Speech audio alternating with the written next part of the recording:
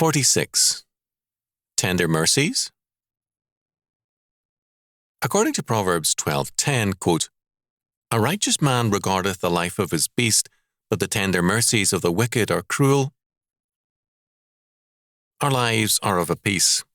We show ourselves in all our being, however much we try to cover up our character.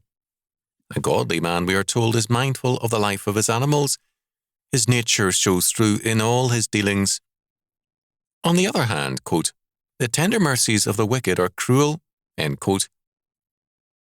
Even when he tries to be good and noble, the causes he espouses and the acts he commits reveal his essential cruel or evil nature. I believe this is an important text for farmers, cattlemen, and loggers. They're under attack by a variety of groups who treat them as exploiters of animals, the earth, and the forests.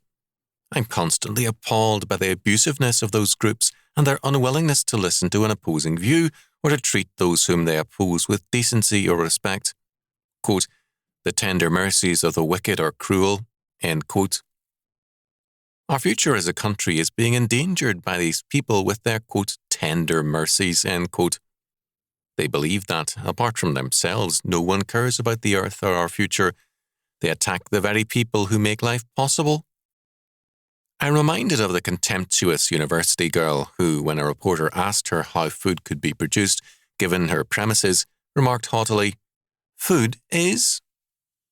This is more than ignorance. It is a cruelty that has no respect for the life of those who differ.